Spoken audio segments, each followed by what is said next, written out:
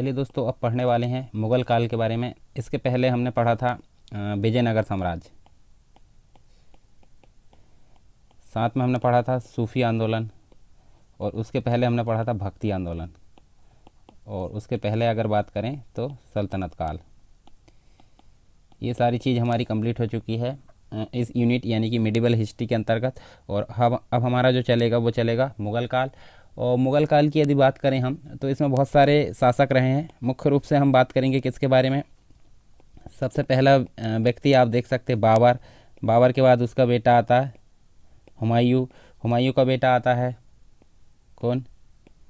अकबर। अकबर के बाद आता है कौन? जहांगीर। जहांगीर के बाद आता है कौन? शाहजहां।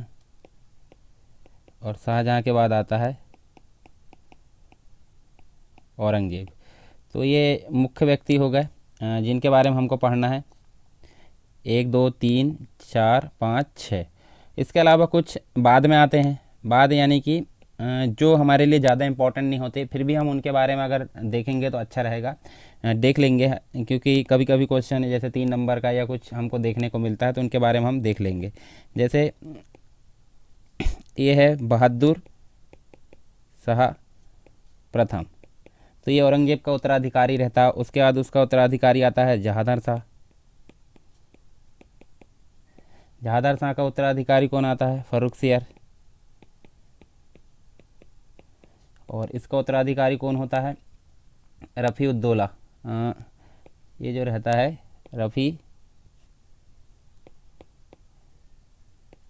रफ़ी-उद-दौला जाट, ये रहता है फर्रुखसियर का उत्तराधिकारी।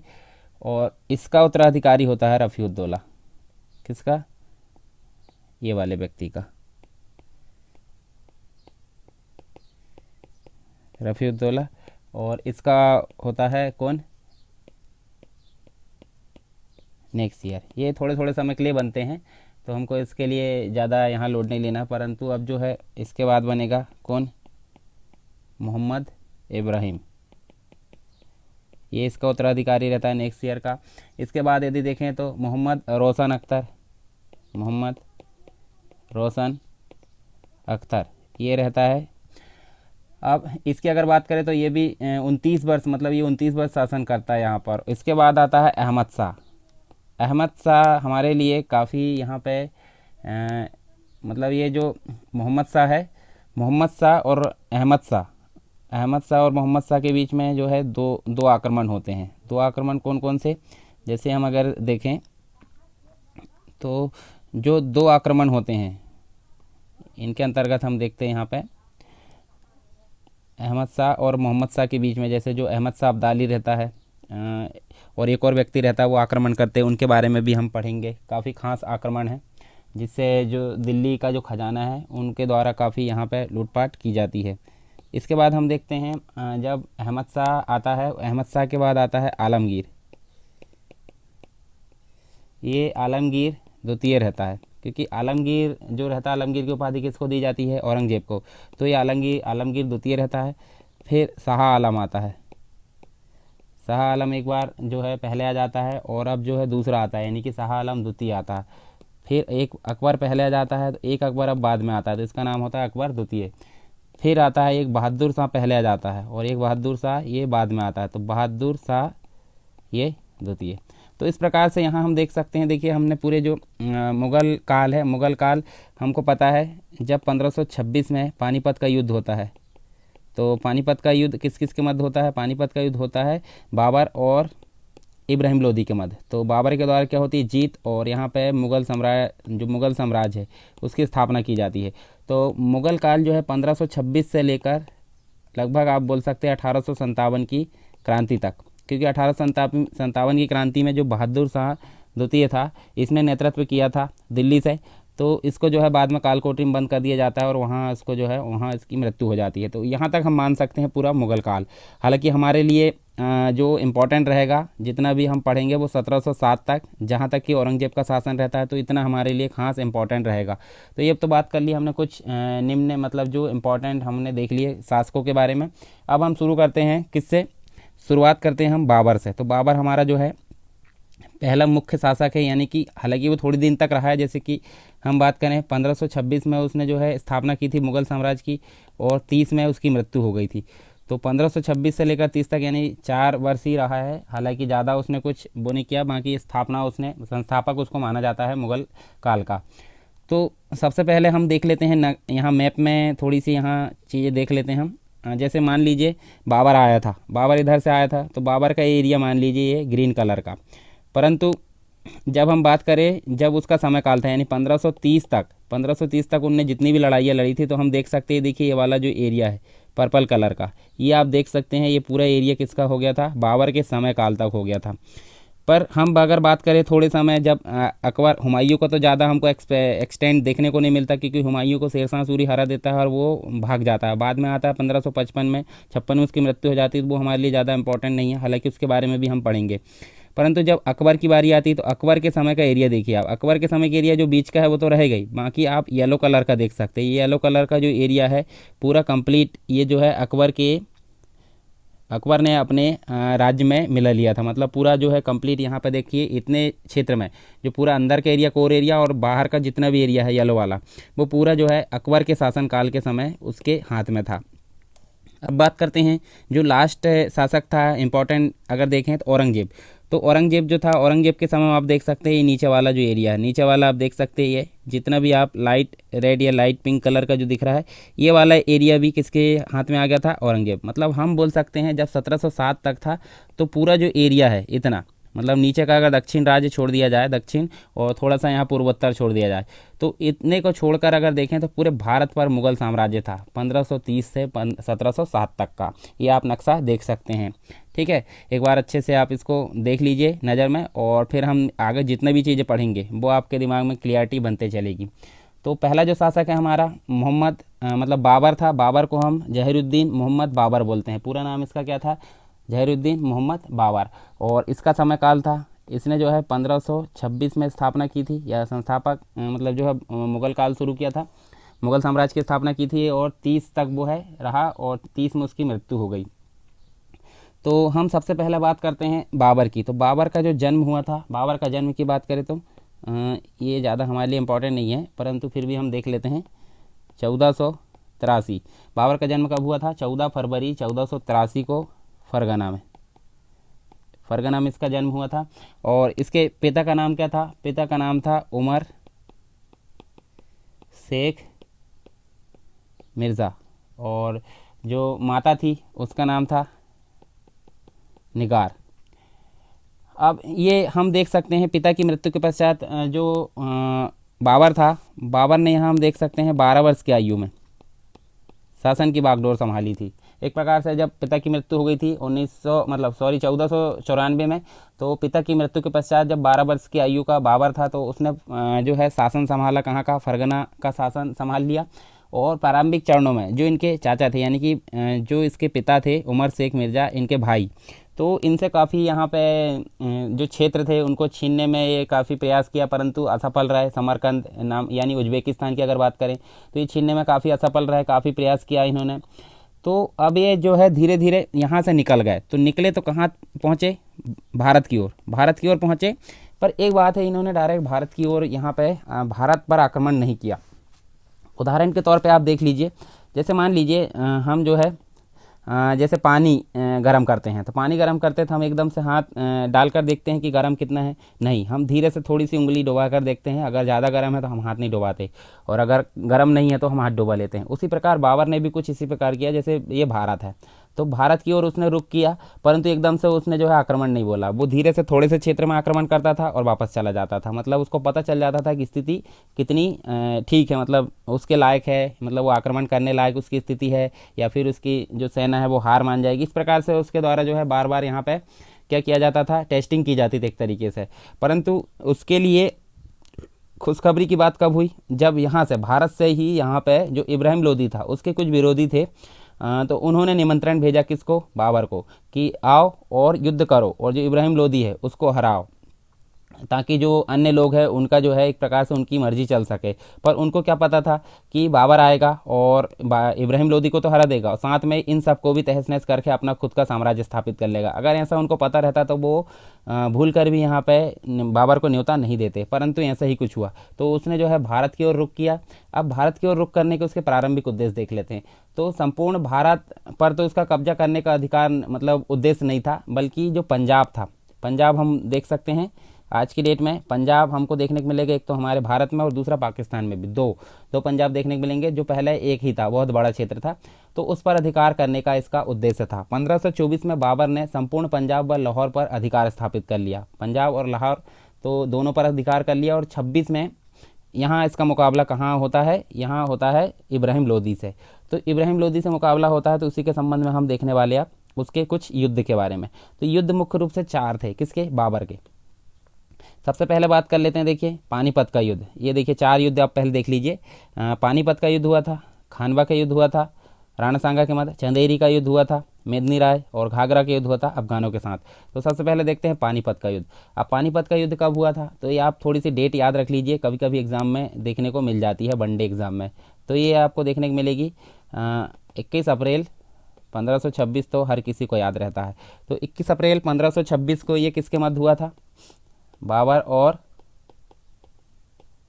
इब्राहिम लोदी, यानी कि जो सल्तनत काल के अंतर्गत अंतिम वंश था लोदी वंश, लोदी वंश का अंतिम शासक इब्राहिम लोदी, इसके मध्य हुआ। और यहाँ पे बाबर के द्वारा पहली बार किसका प्रयोग किया गया था? तोप खाना का यहाँ पे प्रयोग किया गया था बाबर के द्वारा। और इसके अलावा अगर देखें हम तो जो जीत हुई, मतलब बाबर की तो जीत होती है, तो जीत का जो श्रेय देता है वो किसको देता है? श्रेय देता है इसके जो तोप चलाने वाले हैं, और तोप चलाने वालों के साथ साथ वो है घुड़सवारों को, घुड़सवारों को यहाँ इसके द्वारा श्रेय दिया जाता है। तो आपको 3-4 चीज़ याद रखना है। एक तो आपको डेट याद रखना है, किस किस के मध्य हुआ? इब्राहिम लोदी और बाबर के मध्य हुआ। पहली बार तोपखाने के युद्ध हुआ, मतलब तोपखाने का यहाँ पे प्रयोग हुआ। और विजय किसकी होती है? विजय होती है बाबर की। तो इतनी चीज़ें आपको याद रखना है यहाँ पर। आगे देखते हैं खानवा के युद्ध। तो खानवा के युद्ध की डेट देख लेते हैं हम। इसकी डेट थी 16 मार्च, 16 मार्च, और ये 1 साल बाद हुआ था, यानी कि 1527 में, 1527 में हुआ था।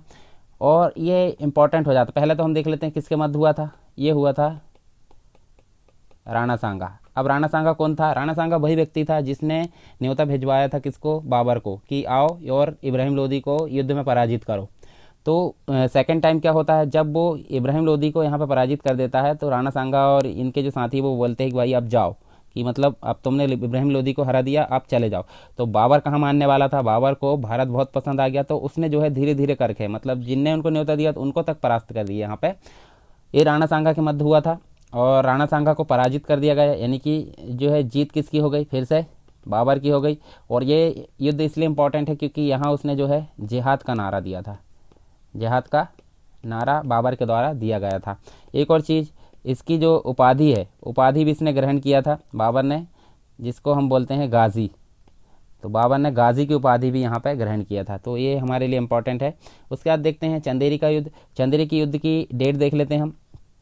यहाँ इसकी जो डेट है 29 जनवरी, 29 जनवरी और 1 साल पश्चात, यानी कि 1528 में युद्ध हुआ था। और किसके मध्य हुआ था? जो मेदनी राय था,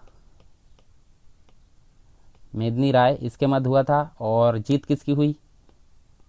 जीत हुई फिर से बाबर की, यानी कि बाबर द्वारा 3 युद्ध लड़े गए, 4 युद्ध लड़े गए, चारों में उसकी जीत होती है। बाबर के द्वारा जीत हासिल, मतलब, और जो मेदनी राय था उसको उसने मार डाला। और चंदेरी को एक प्रकार से, चंदेरी जो जीता था, चंदेरी को मालवा राजवंश के एक जो वंशज है अहमद शाह को यहाँ पे दे दिया, अहमद शाह को प्रदान कर दिया गया। तो ये हो गया हमारा तीसरा, मतलब जो बाबर और अन्य जो युद्ध है हम देख लिए। और उसके बाद देखते हैं लास्ट इसका युद्ध, जो कि घाघरा के युद्ध के नाम से जाना जाता है। और यहाँ देख सकते हैं हम, ये 6 मई को, 6 मई यानी कि 1529 को ये चौथा युद्ध है। और ये किसके विरुद्ध था? अफगानों के विरुद्ध। अब अफगान कौन थे? देखिए, दिल्ली सल्तनत पर 5 जो वंश है उसने शासन किया। तो 5 वंशों में सबसे जो लास्ट था वो लोदी था। और लोदी जो थे एकमात्र यहाँ पे कौन थे? अफ़गान थे। अब यहाँ अफ़गान की बात करें तो बाबर के द्वारा अफ़गानों को पूरी तरह यहाँ पर समाप्त नहीं किया गया था, यानी कि जो इब्राहिम लोदी था, इब्राहिम लोदी कोई रिश्तेदार थे, तो यहाँ पे वो, यहाँ हम देख सकते हैं इन्हीं के मध्य यहाँ पे युद्ध हुआ था, और यहाँ पर भी जो है इनको पूरी तरीके से नष्ट नहीं किया जाता। तो आगे निकल कर हम देखें तो आगे हमको देखने को मिलेगा जो शेर शाह सूरी आएगा उसके द्वारा फिर से अफगान वंश की स्थापना की जाती है, यानी द्वितीय अफगान वंश की। पहली अफगान वंश की स्थापना तो हम देख सकते हैं लोधी वंश के रूप में हुई थी, और दूसरी जो होगी सूर वंश के रूप में होगी, यानी शेर शाह सूरी के द्वारा। तो ये अफगानों के विरुद्ध था जो युद्ध था, कौन सा वाला, 29 वाला, कौन सा, घाघरा का युद्ध। घाघरा का युद्ध हुआ था, अफगानों की शक्ति यहाँ पे जो है अफगानों के विरुद्ध हुआ था, तो अफगानों को फिर से हार हो गई और बाबर की यहाँ पे जीत हो गई। कहाँ पे हुआ था, घाघरा नदी के पास, यहाँ पे इसके पास हुआ था, यानी घाघरा नदी के तट पर हुआ था। इसके अलावा जो 1530 की बात करें तो बाबर की क्या हो जाती है, मृत्यु हो जाती है, और उसको कहाँ, जो आगरा है, आगरा में आराम बाग, आराम बाग में उसको क्या कर दिया जाता है, उसके शव को रख लिया जाता है, परंतु बाद में उसके जो शव है उसको कहाँ ले जा लिया जाता है, काबुल, यानी कि अफ़गानिस्तान ले जा लिया जाता है और वहीं उसको दफना दिया जाता है। तो आपसे अगर पूछा जाता है कि बाबर का मकबरा कहाँ है, तो आपको बताना है काबुल, यानी अफ़गानिस्तान में है। तो ये तो बात हो गई किसकी, घाघरा के युद्ध की। इस प्रकार हम बाबर के बारे में यहाँ पे देखें तो बाबर जो था, बाबर एक योग्य सेना नायक था। क्या था, योग्य सेना नायक। साथ साथ में उसने जो है विद्वानों को संरक्षण भी दिया, विद्वानों का संरक्षक भी उसे बोला जाता है। लेखन कला में वो काफ़ी माहिर था, तुर्की भाषा में उसने जो है अपनी खुद की आत्मकथा लिखी, जैसे कि हमने देखे हैं तुजुक ए बाबरी, तुजुक ए बाबरी, जिसको हम बाबरनामा के नाम से भी जानते हैं, ये उसकी खुद की आत्मकथा है। और तुर्की पद्य में जो है रचना में केवल मीर अली शेरबेग जैसे जो प्रसिद्ध विद्वान हैं ये ही उससे आगे थे, नहीं तो आगे और कोई नहीं था। बाबर के द्वारा लिखित तुर्की पद्य का संकलन जो है दीवान श्रेष्ठ जो है अपना एक स्थान रखता है। तो ये बात कर ली हमने किसकी, बाबर के बारे में। अब हम देखते हैं उसके पश्चात उसका बेटा आया, 30 में उसने जो है शासन संभाला, जिसका नाम है हुमायूं। हुमायूं का पूरा नाम है नसरुद्दीन मोहम्मद हुमायूं, ये हम बोल सकते हैं नसरुद्दीन मोहम्मद हुमायूं। दूसरा, यानी कि बाबर जो है मतलब मुग़ल काल है, मुग़ल काल के अंतर्गत दूसरा शासक हम बोल सकते हैं। अच्छा, इसका शासन 2 भागों में डिवाइड है। 2 भाग कैसे, एक तो 1530 से लेकर वो 1540 तक रहा, और फिर आया वो कब तक, मतलब एक बार 55 में आया था और 56 में वो उसने जो है एक प्रकार से उसकी मृत्यु हो गई।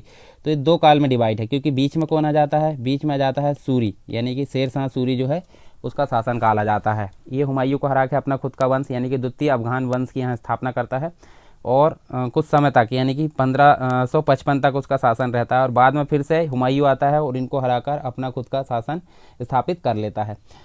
तो जो बाबर रहता है, बाबर के 4 पुत्र रहते हैं, 4 पुत्र में मुख्य रूप से हुमायूं रहता है, उसके बाद 3 और रहते हैं जैसे कामरान, अस्करी एवं हिंदाल। एक पुत्री रहती है उनकी, तो हमारे लिए कौन इम्पोर्टेंट है, हुमायूं। और इसके बाद उसकी जो पुत्री रहती है, पुत्री का नाम क्या था, गुलबदन बेगम, गुलबदन बेगम, ये ठीक है। अब यहाँ हम देख सकते हैं जो बाबर रहता है उसकी मृत्यु के उपरांत जो हुमायूं रहता है उसके तीनों भाई के साथ में यहाँ पे सारा जो क्षेत्र है वो बांट लेता है। और इसके अलावा हुमायूं के कुछ विजय अभियान है तो वो हम देखने वाले हैं। तो हुमायूं के विजय अभियान हम यहाँ देख लेते हैं। देखिए, सबसे पहला जो विजय अभियान था उसका देखिए 30 में उनने जो है शासन की बागडोर संभाली, और यहाँ पे उसका सबसे पहला जो विजय अभियान रहता है वो कालिंजर का रहता है। कालिंजर का जो रहता है 1531 में। तो यहाँ जो अफगान रहते हैं, फिर से अफगानों की बात आगे देखिए, अफगानों के प्रति सहानुभूति रखने वाले जो कालिंजर के शासक थे उनके प्रति यहाँ पे युद्ध था और उसको उन्होंने पराजित कर लिया। किसने, हुमायूं ने। ये पराजित हो गए कालिंजर के जो शासक थे, क्योंकि अफगानों के प्रति उसकी जो है सहानुभूति। फिर भी देखिए अफगानों को अभी भी पूर्णतः समाप्त नहीं किया जा रहा हुमायूं के द्वारा। इसके अलावा हम देख सकते हैं दूसरा जो था दोहरिया का युद्ध था, और दोहरिया का युद्ध इसी वर्ष यानी कि 1531 में ही हमको देखने को मिलता है, और ये गोमती नदी के तट पर हुआ था, यानी कि उत्तर प्रदेश में हमको देखने को मिलेगा। और ये भी एक प्रकार से किसके विरुद्ध था, अफगानों के विरुद्ध ये युद्ध था। दोहरिया का जो युद्ध था वो अफगानों के विरुद्ध ही था। अब यहाँ हम देख सकते हैं, देखिए इनको पराजित तो कर दिया, परंतु फिर से यहाँ देखिए इनकी पूर्णतः शक्ति तोड़ी ना जा सकी। और आगे हम देख सकते हैं 1532 की बात करते हैं तो चुनारगढ़ का जो घेरा था, चुनारगढ़ यानी कि ये उत्तर प्रदेश में आपको देखने को मिलेगा। चुनारगढ़ उत्तर प्रदेश का घेरा डाला और यहाँ के जो अफ़गान थे, जो शेर खां ने यहाँ पे, मतलब अफ़गान शासक थे शेर खां, इन्होंने मुग़लों की अधीनता स्वीकार कर ली और अफ़गान की शक्ति को अभी भी पूर्णतः नहीं कुचला जा सका। क्यों? क्योंकि उन्होंने अधीनता स्वीकार कर दी तो उनको छोड़ दिया गया। बाद में 1535 की बात करते हैं। 1535 में बहादुर शाह के विरुद्ध यहाँ अभियान था हुमायूं का। तो ये थे गुजरात के शासक। कौन? बहादुर शाह ये थे कौन? गुजरात के शासक थे। और ये एक तरीके से अभियान यहाँ का था, परंतु ये भाग निकला। ये इसको ना तो मारा गया ना ही कुछ, तो ये भाग गया यहाँ से। और इस तरह जो है मालवा तथा गुजरात पर हुमायूं का कब्जा हो गया। मालवा पर भी हो गया, साथ में गुजरात पर भी, क्योंकि शासक भाग गया तो इसका कब्जा हो गया। हुमायूं ने मालवा में गुजरात का प्रशासन अपने भाई को सौंप दिया। भाई यानी कि जो अस्करी नाम का एक भाई था, कामरान, अस्करी और हिंदाल 3 भाई थे, उनमें से अस्करी को यहाँ सौंप दिया और स्वयं कहाँ चला गया? मांडू चला गया। मांडू यानी कि मध्य प्रदेश के अंतर्गत जो मांडू है वहाँ चला गया। और जो अस्करी उसका भाई था वो योग्य प्रशासक था क्या? नहीं था। उन्होंने शीघ्र अपनी गलती की वजह से पुनः मालवा और जो गुजरात था उसको एक प्रकार से, जो बहादुर शाह था, ये देखिए यहाँ से इसको जो है जीता गया था, तो बहादुर शाह ने फिर से अपने कब्जे में ले लिया उसके भाई से, क्योंकि जो अस्करी था वो उतना योग्य व्यक्ति नहीं था, योग्य प्रशासक नहीं था, तो इस कारण उसको जो है हार का सामना करना पड़ा। अब बात करते हैं 1537 की। तो 1537 में चुनार का घेरा फिर से था। चुनार, देखिए चुनारगढ़ का घेरा एक था ये वाला, तो ये द्वितीय घेरा था। कब हुआ? 1532 में हुआ। और ये वाला कौन से में हुआ? ये 37 में हुआ। तो द्वितीय घेरा डाला गया हुमायूं के द्वारा, किंतु हुमायूं ने 6 माह के उपरांत ही जो है एक प्रकार से यहाँ पे जीत लिया। इस बीच शेर खां, जो आगे शेर शाह सूरी के नाम से जाना जाता है, उसने अपना जो है खजाना रोहतगढ़ यानी कि बिहार में स्थानांतरित कर लिया। जो शेर खां है उसने अपना खजाना कहाँ स्थानांतरित कर लिया? बिहार के अंतर्गत ट्रांसफ़र कर लिया। और हुमायूं ने आगे बढ़कर बंगाल पर कब्जा कर लिया, जो कि आज पश्चिम बंगाल के रूप में जाना जाता है। तो ये देखिए हम देख सकते हैं, बंगाल के रूप में कब्जा कर लिया, बंगाल पर यहाँ कब्जा कर लिया हुमायूं के द्वारा। और यहाँ उसने जो है 8 महीने तक यहाँ पे समय बिताया। और यहाँ हम देखें तो बंगाल में उसको काफ़ी जो है वीरान सा देखने को मिला, काफ़ी सूना सूना यानी कि खाली मिला। तो उसने उसको एक प्रकार से क्या नाम दिया? जन्नताबाद। बंगाल को क्या नाम दिया हुमायूं ने? जन्नताबाद नाम दिया। फिर बात करते हैं शेर खां जो था, शेर शाह सूरी के नाम से जाना जाता है। शेर खां का दिल्ली मार्ग पर अधिकार। तो जब वो बंगाल गया था हुमायूं, तो उसी बीच में क्या हुआ? शेर खां ने दिल्ली मार्ग पर अधिकार कर लिया, अपना अधिकार जमा लिया। और आगरा में, मतलब हम देखें तो आगरा में जो हुमायूं था वो अपने भाई हिंदाल के जो है स्वयं को बादशाह घोषित कर दिया। हिंदाल नाम अस्करी ने तो वो गुजरात और मालवा को गवा दिया बहादुर शाह के द्वारा। एक और भाई था उसका, कौन? हिंदाल। तो हिंदाल ने आगरा पर अधिकार कर लिया हुमायूं के भाई ने। अब यहाँ हम देखें तो जो ये सूचना उसको कैसे, मतलब हुमायूं को जैसे ही मिली, तो सूचना के पश्चात 1539 में बंगाल से वो दिल्ली की ओर प्रस्थान किया। और हुमायूं की गंगा एवं जो कर्मनाशा नदी है उनके मध्य यहाँ पे हम देख सकते हैं जो चौसा है उसके मैदान में, चौसा के मैदान में क्या हुआ? अफगान सैनिकों के जो भयंकर आक्रमण है उसका सामना करना पड़ा। कब? 1539 में। और इसी को हम यहाँ पर चौसा के युद्ध के नाम से जानते हैं, 1539 के चौसा के युद्ध। और मुगल सेना को भारी क्षति यहाँ पे हुई। हुमायूं किसी तरह जो है निजाम नामक एक भिस्ती है उसकी सहायता से यहाँ भाग गया, यानी कि आगरा पहुँच गया। और हुमायूं जब आगरा पहुँचा तब जो है हिंदाल, मतलब जो उसका भाई था जिनने आगरा पर अधिकार कर लिया, वो वहाँ से खाली करके चला गया था, यानी कि आगरा खाली कर दिया था। इसके अलावा लास्ट इसका जो अभियान है वो हम देख सकते हैं बिलग्राम का युद्ध। तो बिलग्राम का युद्ध आपको देखने को मिलता है 1540 में। तो यहाँ शेर खां ने जो है चौसा युद्ध के पश्चात किसकी उपाधि ग्रहण की थी? चौसा युद्ध के पश्चात शेर खां ने शेर शाह की उपाधि जो है धारण की। और यहाँ बिलग्राम यानी कन्नौज के पास हुआ था बिलग्राम का युद्ध, और ये हुआ था 1540 में। शेर शाह और हुमायूं के बीच में हुआ था। तो हुमायूं अंतिम रूप से हम देखें तो पराजित हो गया और आगरा पर अधिकार किसका हो गया? शेर शाह का। तो हुमायूं यहाँ से अपनी जान बचाकर बड़ी मुश्किल से भागा, और कहाँ भागा? ईरान की ओर ये भाग गया। तो हम देख सकते हैं बहुत दिन के पश्चात ये लौटा था 1555 में अपनी शक्तियों को पुनः वापस करके। तो एक प्रकार से हम उसको जो है कुछ कमी भी इसकी बोल सकते हैं और अच्छा इसलिए बोल सकते हैं क्योंकि एक बार अगर राज्य अपने हाथों से चला जाए तो दूसरी बार प्राप्त करना कठिन होता, परंतु हुमायूं के द्वारा ये काम किया गया। चलिए आगे देखते हैं हम। ये तो हो गया उसके कुछ विजय अभियान, ये आप ध्यान में रख सकते हैं। ये आपको जो है 5 नंबर में काफ़ी देखने को मिलेगा। कुछ इंपॉर्टेंट जो भी है आप इंपॉर्टेंट यहाँ से लिख सकते हैं। अब बात करते हैं हुमायूं की असफलता के कारण। तो हुमायूं की असफलता के कारण हम देख सकते हैं, देखिए बहुत सारे कारण हमको देखने को मिलते हैं, तो हम देख लेते हैं एक एक करके। सबसे पहला जो कारण देखने को मिलता है वो अव्यवस्थित साम्राज्य। तो आपको पता होगा जब बाबर आया था, तो बाबर के आने के पश्चात हम देख सकते हैं जब वो 4 वर्ष यहाँ पे रहता है, 1526 में आता है, परंतु 4 वर्ष रहने के पश्चात ही उसकी क्या हो जाती है, मृत्यु हो जाती है। तो हम बोल सकते हैं जब साम्राज्य की नींव रखी जाती है, मतलब तुरंत साम्राज्य की नींव रखी थी, तो एक प्रकार से हम बोल सकते हैं वो साम्राज्य कैसा होगा, अव्यवस्थित होगा।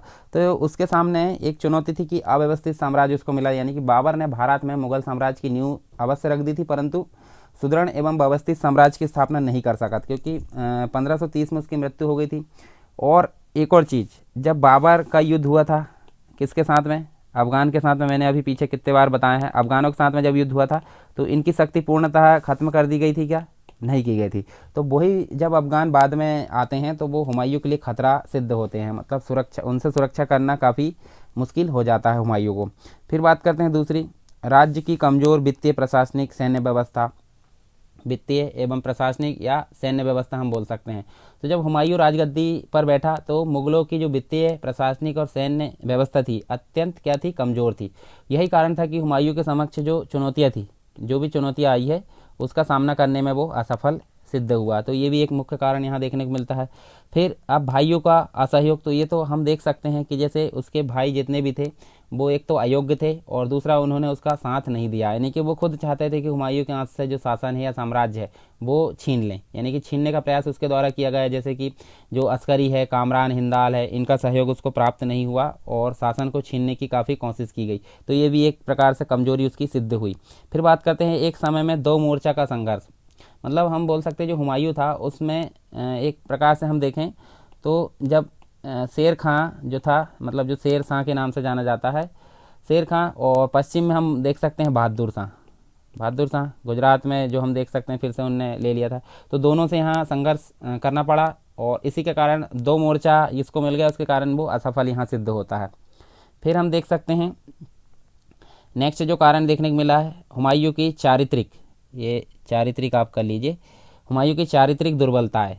तो हुमायूं के अंतर्गत कुछ चारित्रिक दुर्बलता भी थी, जैसे कि हुमायूं निर्णायक मौक़ों पर जो है शत्रु के खिलाफ कार्रवाई यहाँ पे की और अपनी छोटी सी सफलता, यानी कि उनने जो है कार्रवाई तो की,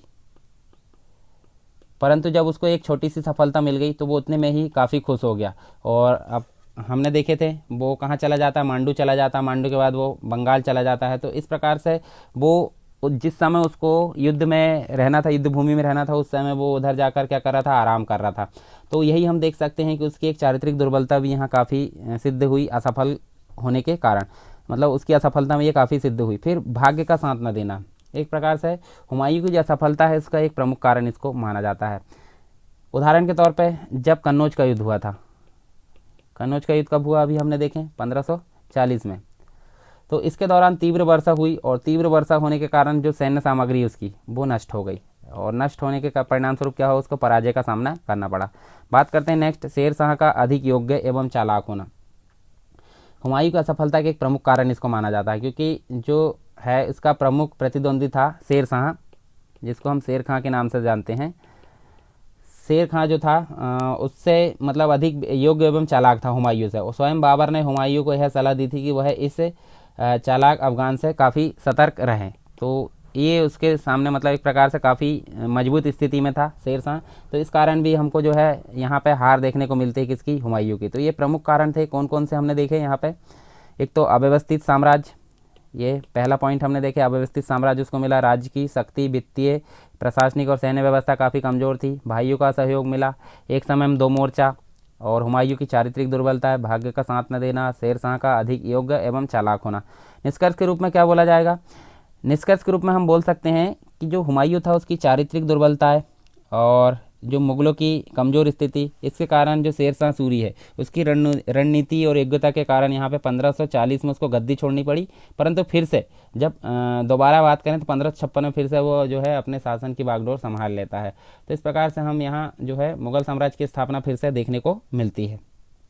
ये तो बात हो गई, हमने हुमायूं के बारे में पढ़े हैं यहाँ विस्तार से।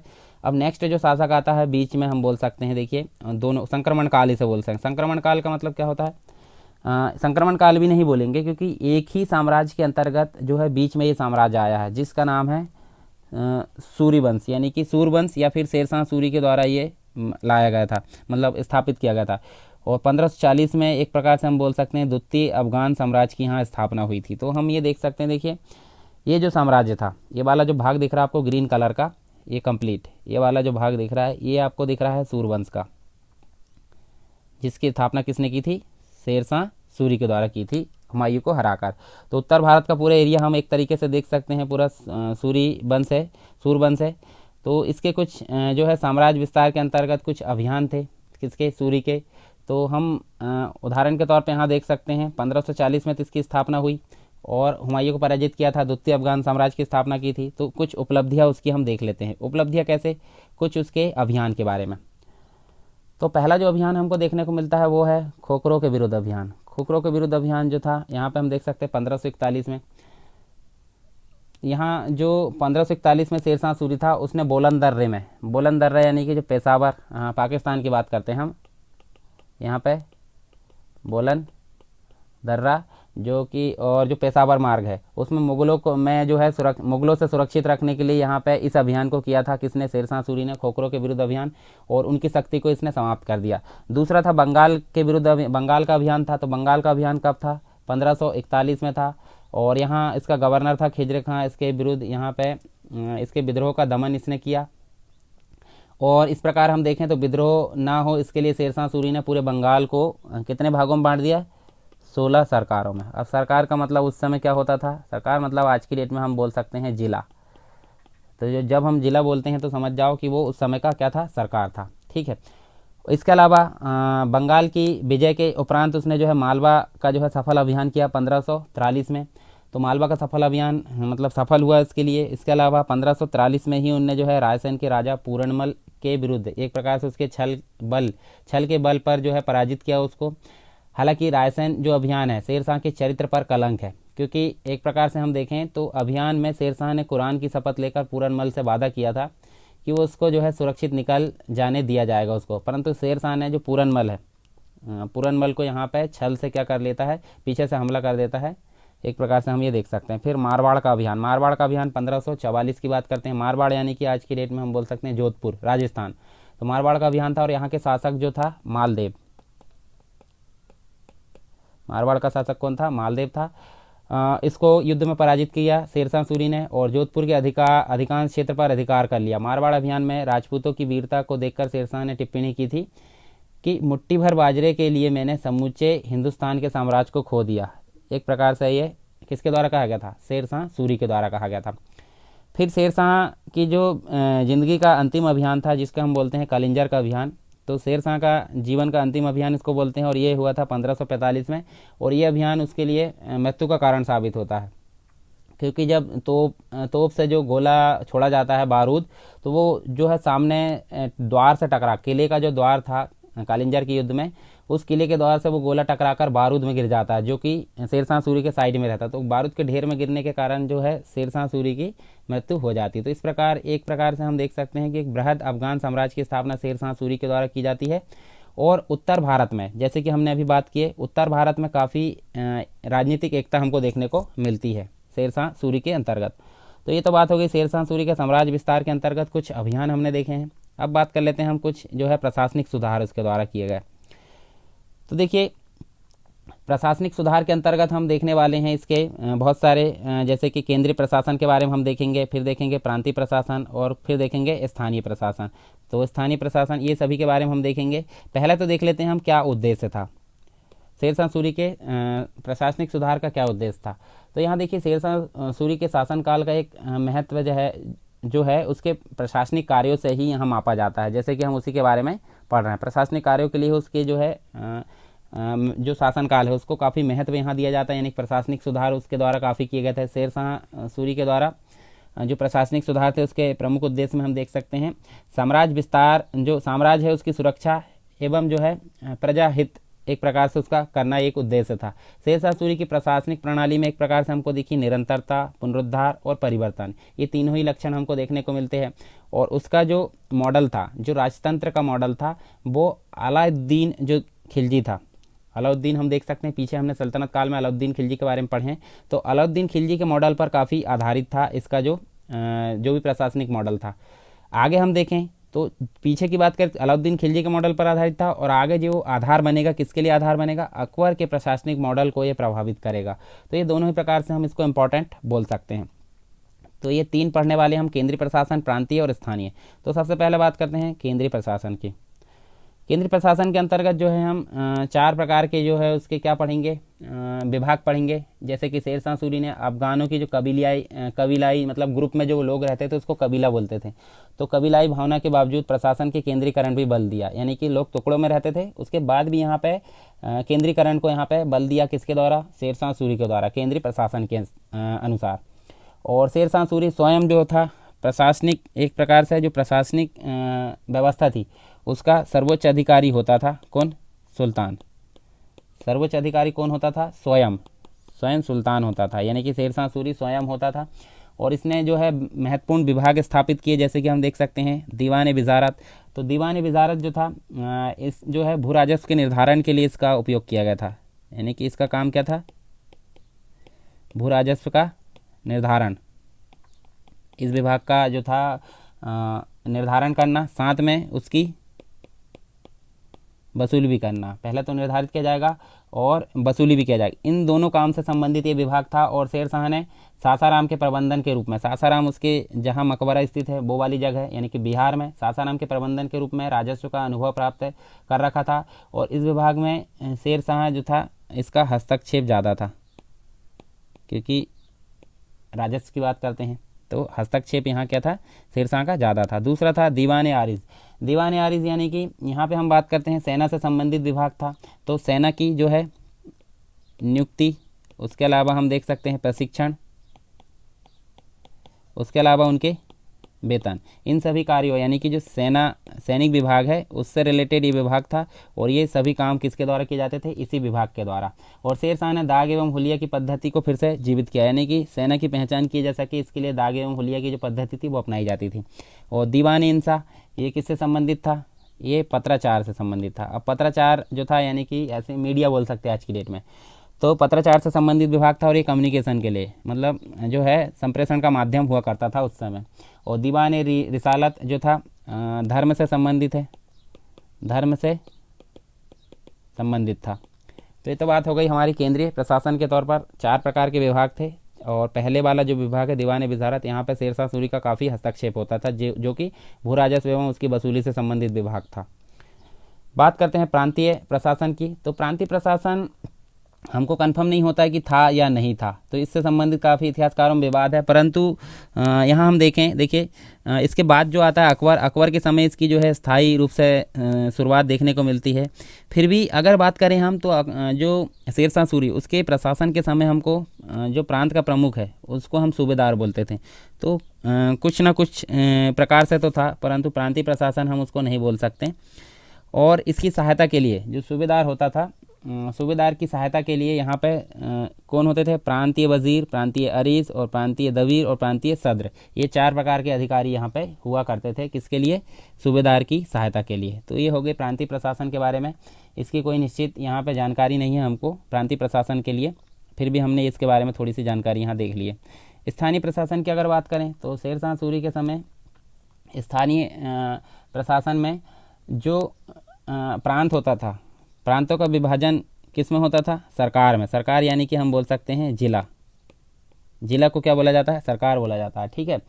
तो इसकी तुलना आधुनिक जिला से की गई है। और उस समय अगर बात करें तो साम्राज्य को 63 सरकारों में विभाजित किया गया था।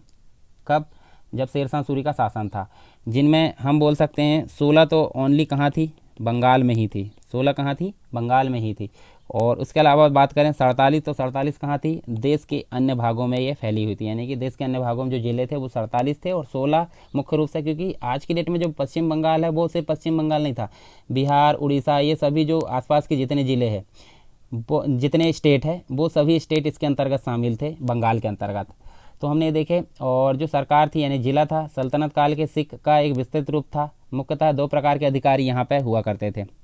कहाँ पे, अधिकारियों के प्रकार की अगर बात करें तो 2 प्रकार के अधिकारी थे, एक तो सिख ए सिकदारान, एक अधिकारी हो गए, और एक मुंसिफ,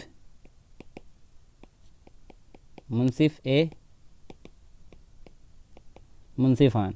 ये दो अधिकारी हुआ करते थे कहाँ पे, जो सरकार यानी जिले को संभालने के लिए। इसके अलावा हम देखें सिकदारान जो था सैन्य प्रशासन से संबंधित था। ये वाला जो व्यक्ति था ये किससे संबंधित था, सैन्य विभाग को संभालता था। और मुंसिफ जो था वो था राजस्व विभाग को। तो ये दोनों का हमने देख लिया। अब बात करते हैं सरकारों का विभाजन किस में होता था, परगनों में। परगनों में इनका विभाजन होता था और परगनों में सैनिक व सैन्य प्रशासन हेतु सिकदार नामक अधिकारी हुआ करता था। यहाँ पे जो अधिकारी होता था वो सिकदार होता था। और भू राजस्व के लिए अगर बात करें, ये देखिए ये प्रशासन के लिए होता था, और भू राजस्व के लिए कौन होता था, भू राजस्व के लिए होता था मुंसिफ, इसी का छोटा रूप ऊपर वाले का। मुंसिफ या अमील नाम का एक अधिकारी होता था। और सबसे छोटी इकाई कौन होती थी, ग्राम होती थी इसके प्रशासन में। और ग्राम का प्रशासन किसके द्वारा संभाला जाता था, ये हमेशा से हम पढ़ते आ रहे हैं, या तो मुकद्दम होगा या फिर होगा चौधरी। ठीक है, इन अधिकारियों के माध्यम से जो है संभाला जाता था। और ये हमेशा जो है अभी तक हम पढ़ते आए हैं, ये वंशानुगत होते, यानी कि मुकद्दम का बेटा मुकद्दम आने वाले समय में बनेगा। तो ये तो बात कर ली हमने स्थानीय प्रशासन की। अब कुछ इसके द्वारा जो है कुछ भू राजस्व संबंधी सुधार भी किए गए हैं, तो इन्हीं के बारे में हम देख लेते हैं। तो ये 3 भागों में हम देखेंगे। पहला तो देखेंगे उद्देश्य, दूसरा चरण, किन किन चरणों में हुआ और प्रभाव क्या थे। तो उद्देश्य तो हम देख लेते हैं। यहाँ पे देखिए राज्य की आमदनी को बढ़ाना इसका मुख्य उद्देश्य था, और रैयतों की सुरक्षा करना इसका प्रमुख उद्देश्य था। मतलब जो भू राजस्व व्यवस्था है उसके अंतर्गत हम देखें तो इसका उद्देश्य था। अच्छा, जो था भू राजस्व संबंधी जो सुधार किए गए थे वो किससे प्रेरित था, ये अलाउद्दीन, यानी कि अलाउद्दीन खिलजी, इससे ये प्रेरित था, मतलब उससे प्रभावित था। और शेरशाह जो था उसके मॉडल ने अकबर को भी काफ़ी प्रभावित किया। तो ये हम दोनों के बीच की कड़ी इसको बोल सकते हैं। आगे अकबर को प्रभावित करेगा और पीछे जो है किससे ग्रहण किया उनने ये विशेषता, अलाउद्दीन खिलजी से ग्रहण किया। अलाउद्दीन खिलजी एवं सिकंदर लोदी की तरह शेरशाह ने भी भूमि की माप यहाँ पर कराई थी, भूमि की माप कराई थी, और जिससे वो राजस्व वसूलता था। तो उद्देश्य हमने देख लिया, राज्य की आमदनी बढ़ाना, रैयतों की सुरक्षा करना इसका प्रमुख उद्देश्य था। चरण की अगर बात करें तो किन किन चरणों में होकर ये गुजरा, जो उसका भू राजस्व संबंधी जो भी सुधार था। सबसे पहले उसने भूमि की माप करवाई। भूमि की माप की अगर बात करें तो यहाँ पे उसने जो है सहायता ली किससे, जो हिंदू ब्राह्मण हुआ करते थे, हिंदू ब्राह्मण थे, उनकी हेल्प से क्या करवाया, भूमि की माप करवाई, भूमि की माप करवाएगी इसके द्वारा। और शेरशाह ने भूमि की माप के लिए उसके रूप में गज ए सिकंदरी का प्रयोग किया। एक इकाई है गज ए सिकंदरी का यहाँ पे प्रयोग किया गया, जो कि हम बात करें तो 39 अंगुल, या फिर हम बोल सकते हैं 32 इंच ये होता था। और यहाँ देखें सन की रस्सी के रूप में इसका इस्तेमाल किया जाता था। सन आप पहचानते होंगे, रस्सी के लिए प्रयोग होता है। सन की रस्सी का प्रयोग किया जाता था भूमि की माप के लिए। शेरशाह सूरी ने जो भूमि माप करवाई थी उसमें, और माप की सबसे छोटी इकाई यहाँ पे बीघा और सबसे बड़ी इकाई यहाँ पे परगना बनाया गया था। यानी कि जो छोटी इकाई थी, छोटी इकाई क्या थी, बीघा, और बड़ी की बात करें तो बड़ी क्या थी यहाँ पे, परगना। ये भूमि माप की इकाई थी, बीघा और परगना, ये चीज़ आप याद रख सकते हैं। फिर बात करते हैं भूमि का वर्गीकरण। तो सेकंड चरण के अंतर्गत इसने जो है भूमि का वर्गीकरण करवाया। तो उत्पादकता के अनुसार ये वर्गीकरण किया गया था और 3 भागों में किया गया था। 3 भाग कौन कौन से वो हम देख लेते हैं। तो सबसे पहले जो है उत्तम भूमि थी, पहली उत्तम भूमि थी, फिर मध्यम भूमि थी, और एक थी निम्न भूमि। अब यहाँ 3 भागों में इसने विभाजित कर लिया, और भूमि के प्रकार के अनुसार भू राजस्व की राशि यहाँ पे वसूली जाती थी, अलग अलग रहती थी। और भू राजस्व की राशि कुल उत्पादन का कितने प्रतिशत थी, 1/3 भाग। यानी कि अगर 100 रुपये का जो है पूरा आय है तो 33 रुपये जो होगी क्या होगी, राजस्व की राशि होगी।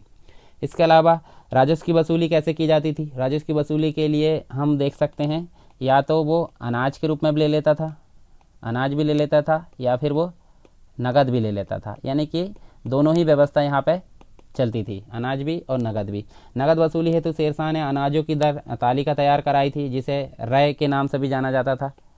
नगद के लिए रय के नाम से इसको जाना जाता था। और दर के निर्धारण के लिए आसपास के क्षेत्रों के मूल्य को आधार यहाँ पे बनाया जाता था। मतलब अलग अलग प्रकार से जो बाजार होती थी या जो भी आसपास के जो क्षेत्र होते थे उनको इसने आधार बनाया था। अब बात करते हैं इसके कुछ प्रभाव। तो कुछ सकारात्मक भी प्रभाव होते हैं और कुछ नकारात्मक भी होते हैं। तो हम सबसे पहले देखते हैं सकारात्मक प्रभाव।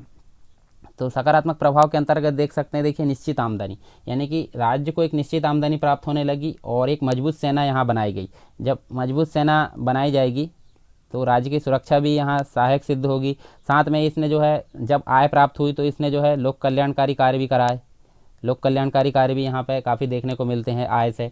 तो एक ये फ़ायदा हुआ। दूसरी चीज़, जो कृषक थे, कृषकों के हितों को ध्यान में यहाँ पर रखा गया और महत्वपूर्ण कदम उठाया गया। जैसे कृषकों को पट्टा दिया जाने लगा था और उससे जो है कबूलियत लिखवाई जाती थी, यानी कि आज की डेट में स्टाम्प हम बोल सकते हैं। और पट्टे में ज़मीन का प्रकार, स्वामी का नाम आदि का सभी का उल्लेख यहाँ पर किया जाता था।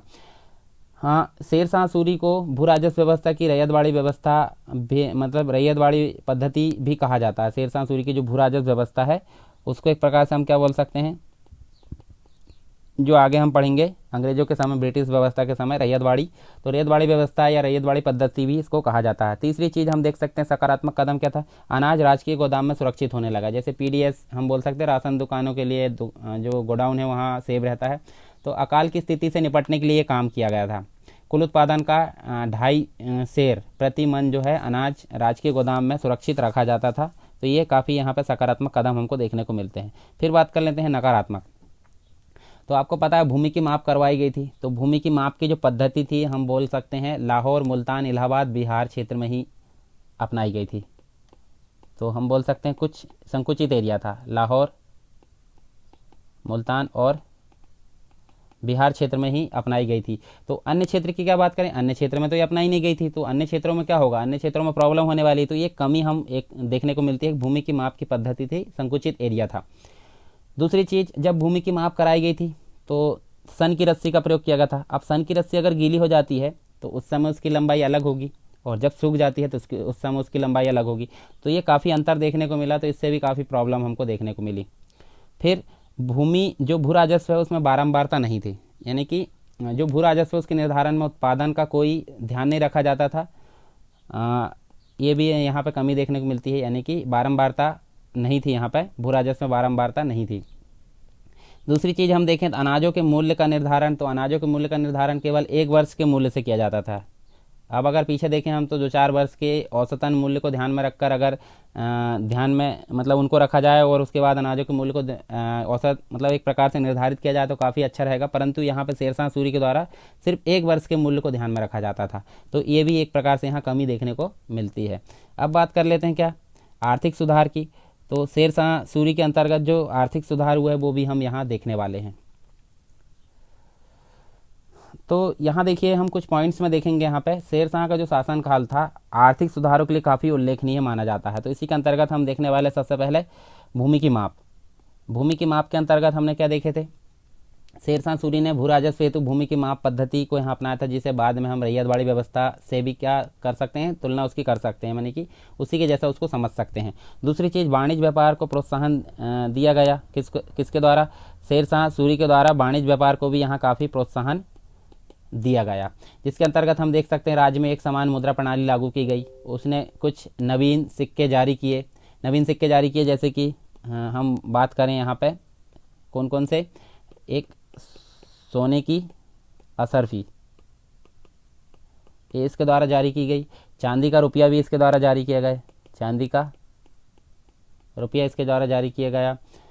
ये सारी चीज़ यहाँ देखने को मिलती है व्यापार एवं वाणिज्य को प्रोत्साहन के लिए। फिर राजकीय मार्गों का इसने निर्माण कराया, तो इसके लिए काफ़ी फेमस है ये, मतलब वाणिज्य व्यापार है उसकी उन्नति के लिए मार्ग होना जरूरी है। तो राजकीय मार्गों का निर्माण कराया, जैसे कि हम देखें सोनार गांव से क्या कराया, पेशावर, सोनार गांव पेशावर तक यहाँ करवाया, जिसे हम जीटी रोड के नाम से भी जानते हैं, ग्रैंड ट्रंक रोड। और दूसरा उसने जो है आगरा से चित्तौड़गढ़ करवाया, दूसरा जो था आगरा से चित्तौड़गढ़ ना जो है दूसरा यहाँ निर्माण कराया। फिर उसके बाद देखें तो आगरा से जोधपुर, ये जो है तीसरा निर्माण है इसका। और चौथा लाहौर से मुल्तान था। चौथा क्या था? लाहौर से मुल्तान। ये सभी जो है उसने मतलब एक प्रकार से राजकीय मार्गों का यहाँ निर्माण कराया, जिससे वाणिज्य व्यापार में काफ़ी यहाँ पे बढ़ोतरी देखने को मिलती है, यानी कि उनमें सहायता देखने को मिलती है इसके द्वारा। फिर सरायों का निर्माण कराया। तो शेर शाह सूरी ने जो व्यापारिक मार्ग थे, व्यापारी आने जाने या व्यापारियों की सुरक्षा के लिए यहाँ पे 1700 सरायों का निर्माण कराया। सराय यानी कि मतलब एक प्रकार से हम बोल सकते हैं व्यापारियों के आराम करने की जगह है। तो इनकी देखरेख हेतु जो सराय है उनकी देखरेख हेतु सिकदार की नियुक्ति की गई। और ये सराय जो थी डाक चौकियों का भी काम करा करती थी। तीसरे मतलब नेक्स्ट चीज़ जो हम बोलें तो चुंगी लेने की प्रथा बंद कर दी। शेर शाह ने वाणिज्य व्यापार के विकास हेतु जगह जगह जो चुंगी लेते थे, चुंगी मतलब एक टैक्स होता है, उसको भी बंद कर दिया। और केवल 2 जगह ही चुंगी ली जाती थी, एक तो बिहार में और एक ली जाती थी बंगाल में। तो ये 2 जगह ही यहाँ मतलब इनकी सीमा पर स्थित जो थी उनसे ही बस एक चुंगी ली जाती थी। अन्य सभी जगह से इन्हें जो है चुंगी लेने का जो काम है वो बंद कर दिया था। तो ये हो गया आर्थिक सुधार कुछ शेर शाह सूरी के। अब बात कर लेते हैं कुछ न्यायिक सुधार की। तो न्यायिक सुधार में हमको ज़्यादा कुछ देखने को नहीं मिलता, क्योंकि शेर शाह सूरी ने न्याय की निष्पक्षता पर बल दिया था। न्याय की निष्पक्षता यानी कि किसी के भी साथ विभेद या भेदभाव नहीं किया जाएगा, सभी को समान, यानी कि जो जिसका रहेगा दंड या जो भी जिसका न्याय रहेगा उसको उसी अनुसार यहाँ पे न्याय मिलेगा, भेदभाव नहीं किया जाएगा। और जो सुल्तान है, सुल्तान यानी कि स्वयं जो शेर शाह सूरी है वो बुधवार के दिन यहाँ पे न्याय करता था। साथ ही शेर शाह ने जो है क्षेत्रीय अपराध के लिए क्षेत्रीय उत्तरदायित्व का सिद्धांत निर्धारित किया था। इसके अंतर्गत जो है क्षेत्रीय अपराध के लिए संबंधित जो क्षेत्र है उसके अधिकारी एवं जमींदार यहाँ पे उत्तरदायी माने जाते थे। तो ये तो न्यायिक सुधार था, ज़्यादा इंपॉर्टेंट नहीं है। अब बात करते हैं सैन्य सुधार की। तो सैन्य सुधार किस पर आधारित है? सैन्य सुधार हम देख सकते हैं ये अलाउद्दीन जो खिलजी है उसके मॉडल पर आधारित है सैन्य सुधार। इसके द्वारा जो है स्थायी सेना यहाँ पे गठन की गई। साथ में उनको जो है नगद वेतन का भी प्रचलन इसके द्वारा किया गया। और दाग एवं हुलिया प्रणाली का यहाँ प्रारंभ किया गया, जिससे क्या हुआ, सैनिकों को आसानी से पहचाना जा सके। मतलब दुश्मन के कोई सैनिक है तो वो हमारी सेना में है तो उनको आसानी से पहचाना जा सके। अब बात करते हैं सांस्कृतिक योगदान क्या था इसका। सांस्कृतिक योगदान के अंतर्गत हम देख सकते हैं शेर शाह सूरी जो था उसने हम निम्न पॉइंट्स के अंतर्गत देख सकते हैं। इसके शासनकाल में हमको धार्मिक संकीर्णता का प्रमाण नहीं मिला। धार्मिक संकीर्णता यानी कि जो है धार्मिक सहिष्णुता की नीति इसने अपनाई। संकीर्णता यानी किसी एक धर्म को विशेष फोकस नहीं किया। इस प्रकार के कोई प्रमाण नहीं मिले हैं कि इसने जो है धार्मिक संकीर्णता किया था। इसके अलावा इसके जो मतलब जो इसने सिक्के जो थे फारसी के साथ देवनागरी लिपि का भी प्रयोग किया। इसके अलावा हम देखें तो हिंदू मंदिरों को जो है इसने नष्ट करवाया और नष्ट करवाने के पश्चात यहाँ मस्जिदों का निर्माण कराया। और ऐसा करने का उद्देश्य धार्मिक नहीं था, उसका उद्देश्य राजनीतिक था। मतलब वो एक प्रकार से अपने जो धार्मिक लोग थे, अपने जो भी जिन्होंने उनको सपोर्ट किया था उनका समर्थन लेने के लिए इस प्रकार से ये काम कर रहा था। शेर शाह को एक धर्मांध शासक नहीं बोला जा सकता। जैसे कि उनने मंदिर तोड़वाया था तो इस प्रकार उसको धर्मांध शासक हम नहीं बोल सकते। स्थापत्य कला की अगर बात करें तो स्थापत्य कला में भी शेर शाह ने काफ़ी महत्वपूर्ण योगदान दिया। जैसे कि दिल्ली का जो पुराना किला है और उसके भीतर में जो किला ये कोहिना है उसमें जो मस्जिद इसने बनवाया। इसी प्रकार खुद का मकबरा बनवाया उनने सासाराम बिहार में, जो कि आकार में अष्टकोणीय एवं तालाब के बीचों बीच स्थित है। इसके अलावा हम देखें तो विद्वानों को उसने संरक्षण प्रदान किया। मलिक मोहम्मद जायसी जिन्होंने पद्मावत की रचना की थी वो भी क्या था, इनके संरक्षण में था शेर शाह सूरी के। तो एक प्रकार से हम बोलें निष्कर्ष की बात करें यहाँ पे शेर शाह सूरी के, तो शेर शाह सूरी के निष्कर्ष के रूप में कहा जा सकता है कि शेर शाह का जो शासन काल था मध्य युग का संक्रमण काल था। मध्य युग का क्या था, संक्रमण काल था, क्योंकि पीछे हम देख सकते हैं बाबर, हुमायूं और उसके बाद हमको देखने को मिलेगा अकबर। तो बीच का जो तो कौन था, शेर शाह सूरी था, इसलिए इसको संक्रमण काल की संज्ञा दी गई है। जिसमें सल्तनत युग की कई और पीछे हम देख सकते हैं सल्तनत युग की भी विशेषताएं हमको देखने को मिलती है। तो शेर शाह ने सल्तनत युग की कुछ विशेषताओं को एक्सेप्ट किया, कुछ नवीन सुधारों को जन्म दिया। आगे हम देख सकते हैं अकबर ने भी इनको अपनाया। ये सभी चीज़ें हम यहाँ पे देख सकते हैं। और शेर शाह के संदर्भ में जो एक प्रकार से कानून गो नाम का एक व्यक्ति है, उसका एक मत है जो उचित प्रतीत होता है। जैसे कि सभी अफगान शासकों में शेर शाह जो सैनिक एवं प्रशासनिक प्रतिभा में सर्वोच्च स्थान रखता था। जितने भी अफगान शासक थे उनमें हम देख सकते हैं शेर शाह सूरी सबसे हमको क्या लगा, एक प्रतिभावान व्यक्ति और एक सर्वोच्च सैनिक, मतलब एक प्रकार से हम बोल सकते हैं काफ़ी वो अच्छा साबित हुआ सभी अफगानों में। अब ये सारी चीज़ हमको देखने को मिलती है, जैसे कि देखिए उसने बहुत सारे काम किए। आगे अकबर के द्वारा क्या किया जाएगा, इनको ही अपनाया जाएगा। जो भी शेरशाह सूरी के द्वारा सुधार किए गए काफ़ी हद तक उनको अपनाया जाएगा और कुछ सुधार भी किया जाएगा। तो हम क्या बोल सकते हैं, शेरशाह सूरी क्या अकबर का अग्रदूत था या फिर अकबर का पथ प्रदर्शक था। तो इस प्रकार से अगर क्वेश्चन आता है तो उसके लिए हम यहाँ पे आंसर को किस प्रकार फ्रेम करेंगे वो हम देख सकते हैं। मतलब क्या जो शेरशाह सूरी था वो अकबर का अग्रदूत था, तो हम उसको एक प्रकार से ऐसा बोल सकते हैं। देखिए जो शेरशाह था वो अकबर का अग्रगामी या पथ प्रदर्शक माना जाता है। क्यों माना जाता है वो हम आगे देखेंगे, क्योंकि अकबर ने जो है शासन प्रबंध के प्राय सभी क्षेत्रों में शेरशाह का अनुकरण किया है, यानी कि शेरशाह को ही फॉलो किया है। और अबुल फजल ने भी लिखा है, शेरशाह ने मुगल सम्राट अकबर को बहुमूल्य देन दी है। तो किस प्रकार दी है वो हम देखने वाले, देखिए कुछ पॉइंट्स में। सबसे पहले बात करते हैं राज्य पद का आदर्श। राज्य पद का आदर्श यानी कि शेरशाह एक योग्य एवं चुस्त प्रशासक था, वो हमने देखे हैं। मतलब वो काफ़ी योग्य था और चुस्त प्रशासक था। सुबह शाम वो है राजकीय कार्य में लगा रहता था। शेरशाह जो है उसकी भांति हम अगर देखें तो अकबर की भी बात करते हैं तो अकबर भी शेरशाह के जैसे ही दिन भर जो है प्रजा की भलाई एवं राजकीय कार्य में जुटा रहता था। तो इस प्रकार से राजपद का आदर्श हम बोल सकते हैं शेरशाह सूरी से ही यहाँ एक्सेप्ट किया गया है। फिर बात करते हैं जन कल्याणकारी कार्य। तो शेरशाह ने अनेक जन कल्याणकारी करवाए थे, जन कल्याणकारी कार्य करवाए थे, जैसे कि 1700 सरायों का निर्माण कराया था जिससे कि व्यापारियों की सुरक्षा है, उनको आराम में काफ़ी फ़ायदा हो। उसके अलावा जीटी रोड का निर्माण कराया था, अनेक सड़कों का निर्माण कराया, अकाल में मुफ्त अनाज का वितरण भी करवाया। तो इसी के अनुसार अगर देखें तो अकबर ने भी जन कल्याणकारी कार्य के लिए काफ़ी महत्वपूर्ण यहाँ पे कार्य करवाया है। तो ये भी हमको सिद्ध होता है जन कल्याणकारी कार्य के रूप में। फिर बात करते हैं प्रशासनिक व्यवस्था। तो प्रशासनिक व्यवस्था के अंतर्गत हम देखते हैं जो सूरी था यानी शेरशाह सूरी था, उसने अपने साम्राज्य के अंतर्गत देखें तो पहला था केंद्र, दूसरा था प्रांत, प्रांतों में डिवाइड किया था, और फिर था सरकार में। सरकार यानी कि हम बोल सकते हैं जिला, और इसके अलावा किस में डिवाइड था, परगना में, ठीक है, और इसके अलावा गांव। तो ये सभी भागों में विभाजित था और सभी जगह प्राय एक समान प्रशासनिक एवं कानून व्यवस्था और एक समान मुद्रा मापतोल ये सभी पैमाने यहाँ निर्धारित किए गए थे। और अगर अकबर की बात करें इसी पैटर्न में तो अकबर ने भी पूरे साम्राज्य को एक केंद्र में डिवाइड किया था, केंद्र को राज्य में, राज्य को मतलब प्रांत को सरकार में, परगना गांव आदि में विभाजित किया था। और यहाँ हम एकीकरण के लिए देख सकते हैं अकबर के द्वारा एक व्यवस्था चलाई जाती है जिसको हम बोलते हैं मनसबदारी। मनसबदारी व्यवस्था किसके द्वारा चलाई गई थी, अकबर के द्वारा ये प्रारंभ की गई थी एकीकरण के लिए प्रशासनिक व्यवस्था में। फिर बात करते हैं भू राजस्व की। तो शेरशाह सूरी ने भू राजस्व के अंतर्गत सबसे पहले जो है भूमि माप करवाई थी। भूमि माप की पद्धति यहाँ अपनाई गई थी हिंदू ब्राह्मण जो है उनकी सहायता से, और कृषकों की सुरक्षा के लिए व्यापक प्रबंध भी किए थे। तो अकबर की बात करें तो अकबर ने भी यहाँ भूमि माप करवाई थी। भूमि माप के अंतर्गत उन्होंने जो है आइन ए दहसाला पद्धति, आइन ए दहसाला पद्धति यहाँ पर शुरू करवाई थी। तो इस प्रकार हम बोल सकते हैं कि शेरशाह सूरी से काफ़ी मिलता जुलता इसका जो है भू राजस्व व्यवस्था थी। फिर बात करें यहाँ पे सैन्य व्यवस्था। तो सैन्य व्यवस्था के अंतर्गत हम देखें तो जो शेरशाह सूरी था उसने अलाउद्दीन खिलजी के अनुरूप यहाँ पे केंद्र में स्थायी सेना रखी थी। अलाउद्दीन खिलजी के अनुसार जो सूरी था उसने क्या करी थी, केंद्र में सेना रखी थी, स्थायी सेना, और उनको जो है नगद वेतन भी देता था।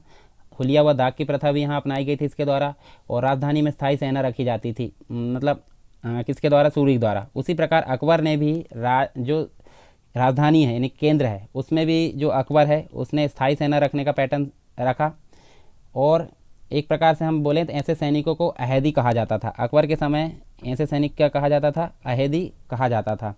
साथ ही अकबर ने सैनिकों को नगद वेतन भी दिया और दाग एवं हुलिया की पद्धति भी लागू की। तो एक प्रकार से हम बोल सकते हैं सैन्य व्यवस्था सेम टू सेम किसके जैसी थी, शेरशाह सूरी के जैसी थी। और शेरशाह सूरी ने किसको फॉलो किया था, अलाउद्दीन खिलजी को। न्यायिक व्यवस्था की बात करते हैं तो शेरशाह सूरी का जो न्याय व्यवस्था थी वो कैसी थी, निष्पक्ष थी। निष्पक्ष यानी कि बिना भेदभाव के वो न्याय यहाँ पे न्याय का प्रबंध किया करता था, निष्पक्ष न्याय पर बल दिया था। उसी प्रकार अकबर ने भी धर्म जाति संप्रदाय के आधार पर अपनी प्रजा के मध्य कोई भेदभाव या न्यायिक विभेद नहीं किया था। तो ये भी हमको काफ़ी मिलता जुलता मिलता है न्यायिक व्यवस्था भी।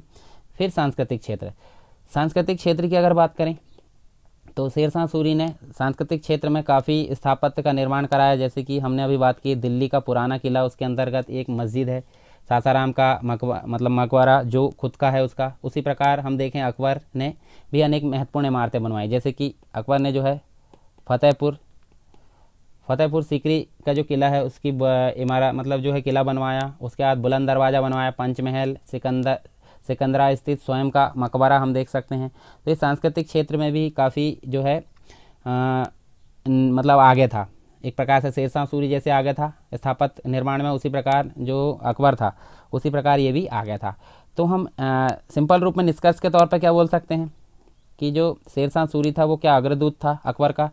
तो हम निष्कर्ष के रूप में बोल सकते हैं अकबर ने विभिन्न क्षेत्रों में शेरशाह सूरी से प्रेरणा प्राप्त की है, किंतु अकबर की मनसबदारी व्यवस्था, सुलह व कुल की नीति, आईन देहसाला पद्धति एवं धार्मिक सहिष्णुता की नीति पूर्णतः उसी की उपलब्धि है। मतलब हम पूरा सेम टू सेम कॉपी नहीं बोल सकते, परंतु अग्रदूत क्यों, क्योंकि इसकी कुछ जो भी उपलब्धियाँ थी वो आगे अकबर को काम आई, और अकबर ने कुछ जो है उसमें या तो सुधार कराया या फिर कुछ उसकी खुद की उपलब्धियाँ थी, ये भी उसको मतलब जो है काफ़ी अलग देखने को मिलती है। तो अतः हम बोल सकते हैं कि अकबर जो है, अकबर को शेरशाह से प्रभावित तो कहा जा सकता है, किंतु अकबर की समस्त उपलब्धियों का श्रेय शेरशाह सूरी को देना उचित नहीं, क्योंकि अकबर ने खुद की उपलब्धियों के बल पर भी जो है बहुत सारी चीज़ें कराई थी, जैसे कि मनसबदारी व्यवस्था, सुलह कुल, आईन देहसाला और धार्मिक सहिष्णुता की नीति।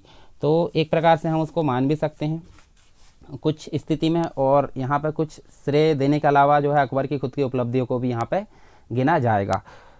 तो ये तो हमने बात करे किसकी, ये हमने बात करे कंप्लीट मुग़ल काल जो हमारा शुरू हुआ उसमें हमने देखे हैं जहीरुद्दीन बाबर, यानी कि कुछ हमने शुरू में मतलब एक प्रकार से उनके जो व्यक्ति जो भी इम्पोर्टेंट थे उनके बारे में यहाँ बात की हैं। किसकी, बाबर के पहले मतलब बाबर के बाद जितने भी शासक आएंगे उनके बारे में। ये देखिए ये सभी के बारे में हमने जाने, और इसके बाद हम देखेंगे मुग़ल काल जो है हमारा अभी ख़त्म नहीं हुआ है। देखिए शेरशाह सूरी पढ़ रहे हैं हम, शेरशाह सूरी के बाद फिर से हुमायूं आता, परंतु हुमायूं जो है उसके बाद का जो काल रहता है उसका सूरी के बाद का वो कुछ समय कर रहता है, तो उसके बाद अकबर आ जाता है। तो अब हम जो नेक्स्ट पढ़ेंगे हम अकबर के बारे में पढ़ेंगे, ठीक है।